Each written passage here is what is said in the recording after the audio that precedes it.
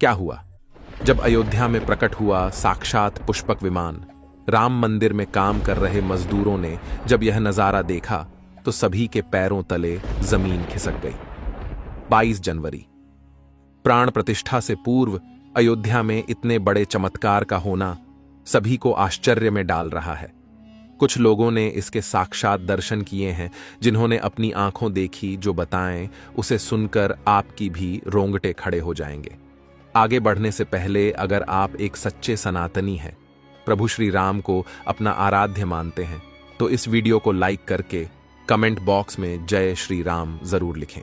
दोस्तों, 22 जनवरी 2024 को रामलला अयोध्या के नए भव्य मंदिर में विराजमान होंगे। इस शुभ कार्यक्रम के लिए पूरे देश में निमंत्रण बांटा जा रहा है। शहर से लेकर गांव तक, घर घर अक्षत वितरण में बच्चों से लेकर बड़े तक सहयोग कर रहे हैं। यहां तक कि महिलाएं भी घर घर जाकर अक्षत और श्री राम की अयोध्या की फोटो वितरण कर रही हैं। अयोध्या में राम मंदिर में भगवान रामलल्ला की प्राण प्रतिष्ठा कार्यक्रम की तैयारियां तेजी से की जा रही हैं। इस कार्यक्रम को बेहद भव्य बनाने के लिए कोई कसर नहीं छोड़ी जा रही है। इस बीच राम मंदिर निर्माण का कार्य भी तेजी से किया जा रहा है। मंदिर निर्माण में जो लक्ष्य लिया गया था, उसमें लगभग 80% कार्य हो चुका है। 70 खंभों पर मूर्तिकारी का काम चल रहा है। पिछले दिनों त्योहार की वजह से ये धीमा पड़ गया था, लेकिन अब वो भी तेज गति से पूरा हो जाएगा। निर्माण कार्य जल्द से जल्द पूरा करने के लिए सभी मजदूर रात दिन मेहनत कर रहे हैं। लेकिन 10 जनवरी की रात कुछ ऐसा चमत्कार हुआ जिसे देखकर सभी मजदूरों के होश उड़ गए। जब रात्रि के समय सब मजदूर अपना काम निपटाकर तंबू में सो रहे थे, उसी समय अचानक से उन्हें वहां कुछ हलचल महसूस हुई। सुरेश नाम के एक मजदूर ने जब तंबू से बाहर झांक कर देखा तो उसे राम मंदिर के परिसर कुछ अजीब सी पीली चमकती हुई चीज दिखाई दी। उसने अपने साथियों को जगाना चाहा, लेकिन कोई भी उसके साथ नहीं आया। जब हिम्मत करके सुरेश जब राम मंदिर परिसर में पहुंचा तो वहां का नजारा बहुत चौंकाने वाला था, क्योंकि वहां पर उसे एक बहुत ही दिव्य चमत्कारिक विमान दिखाई दिया, जिसका आकार मोर के समान था, जो दिखने में काफी सुंदर और तेज से परिपूर्ण था, जो कि राम मंदिर परिसर में पिछले क्षेत्र में उतर रहा था। लेकिन उस विमान को नियंत्रित कौन कर रहा था, यह समझ नहीं आ रहा था, क्योंकि उस विमान में इतना तेज था कि सामान्य आंखों से नहीं देखा जा सकता था। लेकिन समझ में कुछ ऐसा आ रहा था मानो स्वयं साक्षात भगवान राम पुष्पक विमान के माध्यम से अयोध्या में उतर रहे हों। सुरेश ने यह चमत्कार अपनी आंखों से देखा, लेकिन अचानक से ही वह बेहोश हो गया, क्योंकि वो उसके तेज को सहन नहीं कर पा रहा था। सुरेश जब सुबह उठा तो वो उसी स्थान पर मौजूद था और उसके साथ ही मंदिर निर्माण कार्य पूरा करने के लिए जा रहे थे। उसने सभी को रोककर रात्रि की सच्चाई बताई, लेकिन सभी उसकी हंसी उड़ा रहे थे। लेकिन सुरेश मन ही मन समझ चुका था कि प्रभु श्री राम अयोध्या आ चुके हैं। यह उसके लिए सौभाग्य था कि उसे इतना सुंदर दृश्य देखने को मिला, जहां शायद उसने साक्षात पुष्पक विमान के दर्शन किए थे, यानी कि प्राण प्रतिष्ठा से पहले अयोध्या प्रकट हुआ साक्षात पुष्पक विमान। दोस्तों, देश के अलग अलग हिस्सों में कई बार अजीब सी आकृति के विमान देखे गए हैं, जिनका संबंध कई बार तो एलियन के साथ जोड़कर भी देखा जाता है। यानी कि अयोध्या में उस रात्रि को मोर की आकृति का विमान देखना वास्तव में प्रभु श्री राम का ही कोई संदेश हो सकता है। लेकिन क्या यह विमान सचमुच में पुष्पक विमान है? इसकी आखिर क्या गारंटी है? इसे समझने के लिए हमें पुष्पक विमान के रहस्य को अच्छे से जानना पड़ेगा। आगे हमारे YouTube चैनल महादेव मिरेकल पर आपको पुष्पक विमान का रहस्य बताएंगे, जिसे समझकर आपको यकीन होगा कि अयोध्या में पुष्पक विमान का प्रकट होना कलयुग का सबसे बड़ा चमत्कार है। रामायण पुष्पक विमान का जिक्र है, जो पहले कुबेर के पास था। इसके बाद रावण ने उसे अपने सौतेले भाई कुबेर से लंका समेत बलपूर्वक हथिया लिया था। फिर रावण इसी के जरिए कहीं भी आता जाता था। रावण को हराने के बाद यह विमान श्री राम के पास आ गया। वो जीत हासिल करने के बाद इसी विमान के कहीं जगह होते हुए अयोध्या पहुंचे थे। रावण ने इसी के जरिए पंचवटी आश्रम से सीता का हरण किया था और उन्हें उस पर बिठाकर लंका ले गया था। कहा जाता है कि पुष्पक विमान आज के विमान की तरह था। पुष्पक विमान के जरिए रावण हवाई मार्ग से सफर किया करता था। रावण को मौत के घाट उतारने के बाद उसी विमान के जरिए प्रभु श्री राम, माता सीता और लक्ष्मण लंका से अयोध्या लौटे थे। रामायण में जिस तरह से पुष्पक विमान का जिक्र मिलता है, उससे तो यही लगता है कि ये आज के हवाई जहाज की तरह था, लेकिन तकनीक के मामले में मॉडर्न एरोप्लेन से कहीं आगे था। रामायण के सुंदरकांड के 7वें अध्याय में पुष्पक विमान के बारे में जानकारी मिलती है। पुष्पक विमान की आकृति मोर की तरह थी। ये अग्नि और वायु ऊर्जा से उड़ान भरता था। इसकी तकनीक इतनी उत्कृष्ट थी कि इसका आकार छोटा और बड़ा किया जा सकता था। कहा जाता है कि रावण अपनी पूरी सेना को साथ लेकर इस विमान से उड़ान भर सकता था। पुष्पक विमान अपने चालक की इच्छा के अनुसार गति पकड़ता था। ये मन की गति से उड़ान भर सकता था। विमान में बैठने के लिए कई आसन बने थे।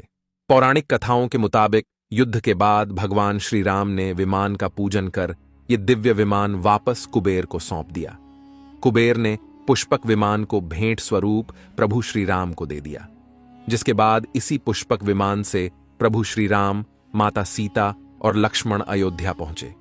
अब दोस्तों, कई हजारों सालों बाद एक बार फिर जब भव्य राम मंदिर का निर्माण हुआ है, तो प्रभु श्री राम अपने भाई लक्ष्मण और मां का सीता के साथ एक बार फिर से अयोध्या धाम पहुंच रहे हैं, वह भी अपने इसी पुष्पक विमान पर, जिसका नजारा वहां के मजदूर अपनी आंखों से देख चुके हैं। रामायण के प्रसंग में कहा गया है कि जब माता सीता को हरण करके रावण ले जा रहा था, तो रास्ते में जटायु ने अपने चोंच से रावण को चोट पहुंचाई थी। उस समय रावण पुष्पक विमान में ही मौजूद था। इसके बाद रावण ने तलवार से जटायु को लहूलुहान कर दिया था। जटायु घायल होकर जमीन पर गिर गए। जब सीता को खोजते हुए राम पेड़, पौधे और पक्षियों से पूछते जा रहे थे, तो रास्ते में घायल जटायु से मुलाकात होती है। मरणासन्न पड़े जटायु ही राम को बताते हैं कि रावण सीता को हरण करके किस दिशा में गया है। लेकिन जब साक्षात प्रभु श्री राम पुष्पक विमान में अयोध्या आ चुके हैं, तो भला उनके परम भक्त जटायु कैसे पीछे रह सकते हैं। अयोध्या में रामलला की प्राण प्रतिष्ठा से पहले जनपद की सीमा में गिद्धों का झुंड दिखाई दिया है। स्थानीय लोग इसे गिद्धराज जटायु से जोड़कर देख रहे हैं। वे इसे शुभ संकेत भी मान रहे हैं। मिल्कीपुर तहसील क्षेत्र के गांव धरोली में पिछले 10-12 दिनों से गिद्धों का झुंड वास कर रहा था। हालांकि उस गांव से गिद्ध उड़ गए हैं, लेकिन अयोध्या की सीमा में यहां वहां दिखाई दे रहे हैं। गांव वालों का कहना है कि पिछले 20 वर्षों से हम लोगों ने इलाके में गिद्ध नहीं देखे। अब जब राम मंदिर बन रहा है, तो इस गांव में लगभग 50 की संख्या में गिद्ध आकाश में दिखाई दे रहे हैं। उनमें से 10-12 गिद्ध गांव में ही सेमल के पेड़ पर वास कर रहे थे। गिद्धों के दिखने की घटना को ज्यादातर लोग राम से जोड़कर देख रहे हैं और शुभ संकेत भी मान रहे हैं।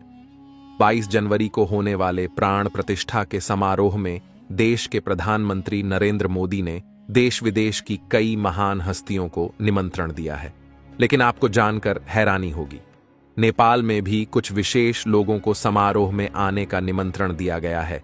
इसके पीछे का रहस्य जानकर आपके भी होश उड़ जाएंगे, क्योंकि नेपाल को भगवान श्री राम का ससुराल कहा जाता है। क्योंकि नेपाल एक समय पर जनकपुर धाम था, जहां के राजा थे राजा जनक, और उनकी पुत्री मां सीता वहीं पर भूमि में से प्रकट हुई थी। जनकपुर धाम, जिसे मिथिला भी कहा जाता था। मिथिला संस्कृति में यह मान्यता है कि जब बेटी का गृह प्रवेश होता है, तो उसके मायके से तोहफा और अन्य सामग्री भिजवाई जाती है। इसी परंपरा के मुताबिक जब प्रभु राम का मंदिर में गृह प्रवेश होगा, तो सीता जी की ओर नेपाल से अयोध्या उपहार आ रहे हैं, जिसे भार यात्रा का नाम दिया गया है। राम मंदिर की प्राण प्रतिष्ठा के लिए भगवान राम के ससुराल नेपाल के जनकपुर से कपड़े, फल और मेवा के साथ साथ उपहारों से सजे 1100 थाल आने वाले हैं। इसमें आभूषण, बर्तन, कपड़े और मिठाइयों के अलावा भार भी आएगा, जिसमें 51 प्रकार की मिठाइयां, दही, मक्खन और चांदी के बर्तन शामिल होंगे। 22 जनवरी को प्राण प्रतिष्ठा समारोह होने वाला है। इसके लिए श्री राम जन्मभूमि तीर्थ क्षेत्र ट्रस्ट की तरफ से भगवान राम की ससुराल नेपाल के कई गणमान्य लोगों को निमंत्रण पत्र भेजे गए हैं। दोस्तों, आज हम राम मंदिर को बनते हुए देख रहे हैं। यह हमारा सौभाग्य है। लेकिन इस भव्य राम मंदिर के बनने में कई हजारों कारसेवकों और राम भक्तों का बलिदान छुपा है। उस समय आक्रमणकारियों ने काशी, मथुरा के साथ ही अयोध्या में भी लूटपाट की और पुजारियों की हत्या कर मूर्तियां तोड़ने का क्रम जारी रखा।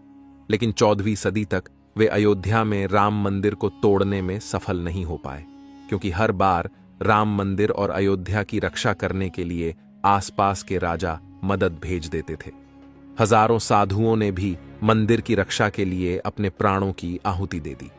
विभिन्न आक्रमणों को झेलते हुए श्री राम की जन्मभूमि पर बना भव्य मंदिर 14वीं शताब्दी तक बचा रहा।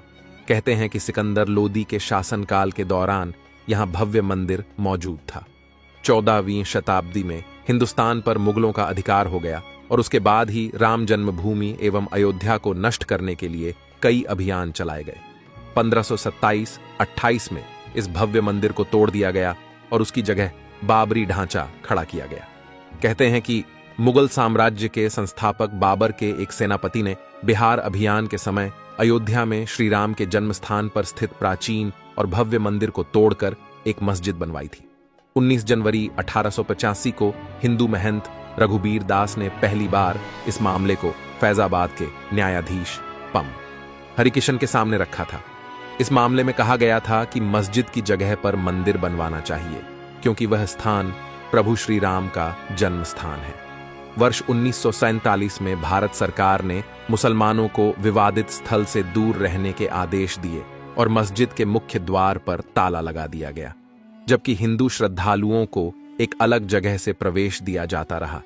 लेकिन सन 1979 में एक ऐसा चमत्कार हुआ जिसे देखकर मुसलमानों की भी आंखें खुल गईं। यह रामलल्ला का बहुत बड़ा चमत्कार था कि मस्जिद के अंदर से अचानक ही रामलल्ला की मूर्ति प्रकट हो गई। कुछ कट्टरपंथियों का कहना था कि कुछ हिंदू दलों ने रात्रि के समय चुपके से यहां पर मूर्तियां रखी है। 1939 में भगवान राम की मूर्तियां मस्जिद में पाई गईं। मुसलमानों ने इस पर विरोध व्यक्त किया और दोनों पक्षों ने अदालत में मुकदमा दायर कर दिया। सरकार ने इस स्थल को विवादित घोषित करके ताला लगा दिया। 30 अक्टूबर 1990 को हजारों राम भक्तों ने मुख्यमंत्री मुलायम सिंह यादव द्वारा खड़ी की गईं अनेक बाधाओं को पार कर अयोध्या में प्रवेश किया और विवादित ढांचे के ऊपर भगवा ध्वज फहरा दिया। लेकिन 2 नवंबर 1990 को मुलायम सिंह यादव ने कार सेवकों पर गोली चलाने का आदेश दिया, जिसमें सैकड़ों राम भक्तों ने अपने जीवन की आहुतियां दी। सरयू तट राम भक्तों की लाशों से भर गया था।